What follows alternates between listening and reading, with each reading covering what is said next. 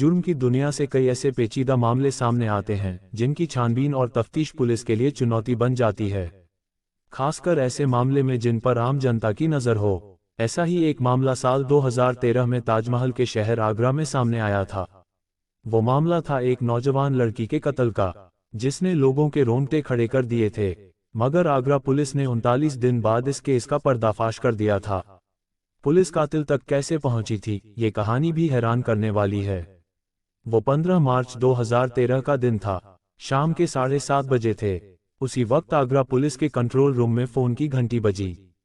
Call करने वाले ने पुलिस को बताया कि आगरा के दयालबाग इलाके में खेलगांव के पास एक लावारिस ऑल्टो कार खड़ी है। पुलिसकर्मी ने सूचना नोट की और मैसेज वायरलेस पर फ्लैश कर दिया। कुछ देर बाद ही इलाकाई पुलिस के 2 सिपाही पेट्रोलिंग बाइक पर सवार होकर मौके पर पहुंचे। उन्होंने कार के आसपास छानबीन की, फिर किसी तरह से कार को खोलकर उसकी तलाशी ली। कार से एक कागज का टुकड़ा मिला जिस पर एक मोबाइल नंबर लिखा था। पुलिस वालों ने उस नंबर पर कॉल किया तो पता चला कि वो नंबर कार के मालिक शिवपाल शर्मा का था। पुलिस ने उन्हें कार के बारे में जानकारी दी, फिर कार को कब्जे में लेकर अमर विहार पुलिस चौकी पर पहुंचा दिया। दूसरी तरफ से कार के यूं लावारिस मिलने से शिवपाल शर्मा के घर में हड़कंप मच गया, क्योंकि वो कार शिवपाल शर्मा की बेटी नेहा चलाती थी। उस दिन भी सुबह के वक्त वो कार लेकर घर से निकली थी, लेकिन इसके बाद वो लापता थी। उसका मोबाइल नंबर भी नहीं मिल रहा था। घर वाले हर तरफ नेहा की तलाश कर रहे थे। जब पुलिस को नेहा के लापता होने की बात मालूम हुई तो नेहा को तलाश में कई टीम लगा दी गईं। पुलिस की तलाश का केंद्र दयालबाग इलाका ही था। नेहा शर्मा आगरा के मशहूर दयालबाग एजुकेशनल इंस्टीट्यूट में पढ़ रही थी। वो होनहार और बेबाक लड़की थी। MSc.M. करने के बाद वो PhD कर रही थी। नेहा के परिवार में माता पिता के अलावा एक बहन और एक भाई और थे।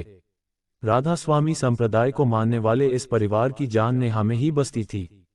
पिता शिवपाल शर्मा को अपनी बेटी पर बड़ा नाज था। उस दिन भी नेहा रोज की तरह अपने पिता की लाल ऑल्टो कार लेकर कॉलेज जाने के लिए घर से निकली थी, लेकिन शाम 5 बजे तक भी वो घर नहीं पहुंची थी। नेहा की परेशान मां लगातार उसके मोबाइल पर फोन कर रही थी। मां ने एक बाद एक करीब 50 बार उसके नंबर पर कॉल की, मगर फोन रिसीव नहीं हुआ। वो लगातार कॉल करती रही और तभी अचानक किसी लड़के ने नेहा के फोन पर कॉल रिसीव की और बोला, नमस्ते आंटी, नेहा दीदी तो सदर बाजार गई हैं। इससे पहले कि नेहा की मां कुछ समझ पाती और उससे कुछ पूछती, फोन कॉल कट गई। नेहा की मां का दिल बैठा जा रहा था। चंद मिनटों बाद उन्होंने फिर से नेहा के मोबाइल पर कॉल की। उसी अनजान लड़के ने फोन उठाया और आवाज आए, आंटी नेहा दीदी तो मूवी के टिकट लेने के लिए लाइन में खड़ी हैं, और फोन कॉल कट गई। नेहा की मां ने फिर से कॉल किया, लेकिन इसके बाद नेहा का मोबाइल फोन नहीं लगा।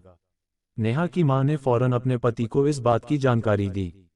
वो नेहा का पता लगाने के लिए इधर उधर फोन घुमाने लगी, मगर कहीं से कुछ पता नहीं चला। अब नेहा की मां को किसी अनहोनी का डर सता रहा था।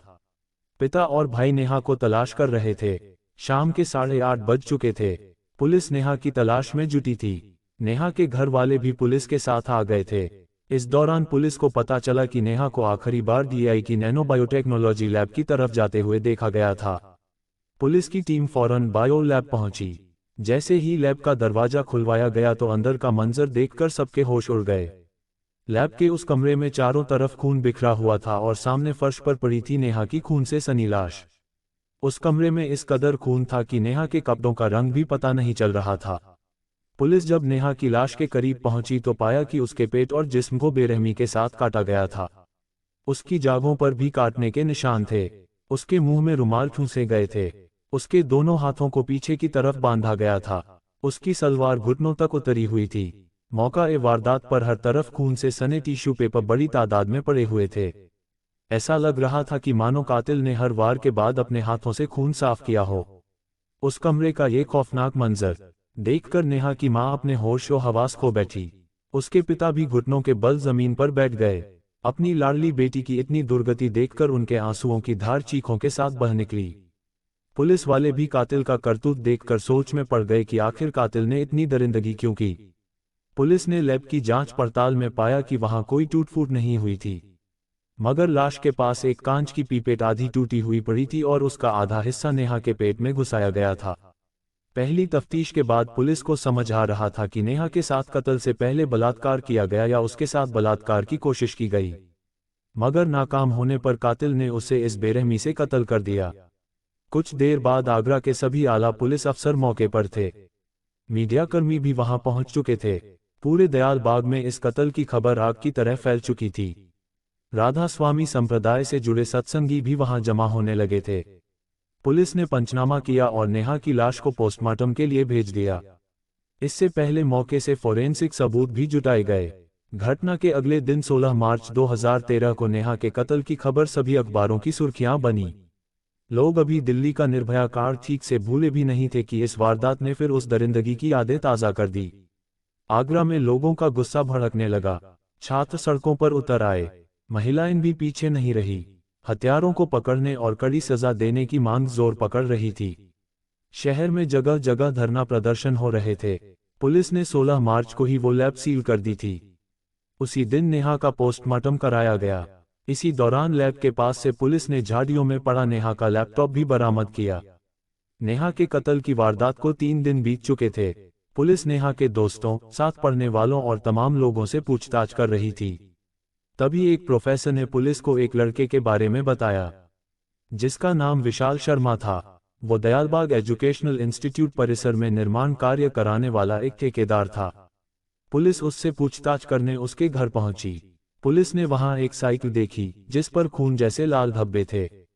वहां एक जीन्स पड़ी थी, उस पर भी लाल धब्बे मौजूद थे। घर के बाहर विशाल के जूते सूख रहे थे। ये सब देखकर पुलिस को विशाल पर शक हो गया। पुलिस ने विशाल शर्मा को हिरासत में लेकर पूछताछ की। साइकिल और विशाल की जीन्स पर मौजूद लाल धब्बों के नमूने जांच के लिए लैब भेजे गए। पुलिस शक की बिना पर विशाल से 3 दिन तक पूछताछ करती रही, लेकिन उसे इस बारे में कुछ नहीं पता था। 3 दिन बाद लाल धब्बों की फोरेंसिक रिपोर्ट सामने आई तो पता चला कि विशाल की साइकिल, जीन्स और जूतों पर मिले लाल धब्बे खून नहीं रंग था। इसके बाद पुलिस ने विशाल को छोड़ दिया।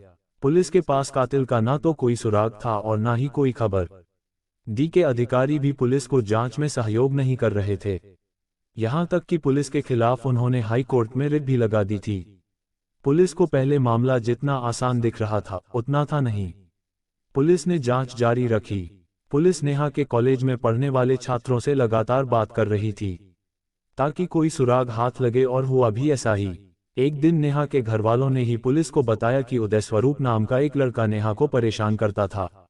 वो लड़का दयालबाग एजुकेशनल इंस्टीट्यूट के चेयरमैन और पूर्व IAS अधिकारी का भांजा था।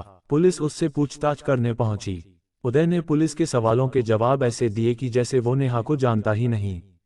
पुलिस भी उसके जवाबों से संतुष्ट होकर वापस लौट आए। हालांकि उदय के परिवार वाले और डी के चेयरमैन पुलिस से नाराज थे। पुलिस की छानबीन जारी थी। इसी दौरान कुछ छात्र छात्राओं ने फिर से दबी जबान में उदय पर शक जताया। हालांकि कोई भी खुलकर सामने आने को तैयार नहीं था। पुलिस ने एक बार फिर उदय से पूछताछ करने का फैसला किया और उसके घर जाकर सवाल जवाब किए। इस बार उस लड़के के घरवाले पुलिस के खिलाफ ही उत्पीड़न की शिकायत लेकर अदालत जा पहुंचे।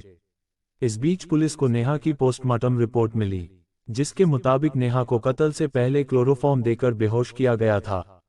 हैरानी की बात यह थी कि पोस्टमार्टम रिपोर्ट में इस बात की कोई जानकारी नहीं थी कि नेहा के साथ रेप हुआ या नहीं। कत्ल के 15 दिन बाद पुलिस एक बार फिर से फॉरेंसिक टीम के साथ सील की गई बाउलर पहुंची। बारीकी के साथ फिर से सुराग जुटाने की कोशिश की गई। कई घंटे की मशक्कत के बाद टीम ने लाश वाली जगह के पास से कुछ बाल बरामद किए। उस जगह से फिंगरप्रिंट भी लिए गए। फिर बरामद सुराग जांच के लिए भेजे गए। पुलिस अब तक इस मामले में करीब 250 लोगों से पूछताछ कर चुकी थी। ये केस CBI को दिए जाने की मांग भी तेज होने लगी थी। पुलिस पर दबाव बढ़ रहा था। पुलिस ने अपनी जांच का दायरा केवल 22 लोगों तक सीमित किया।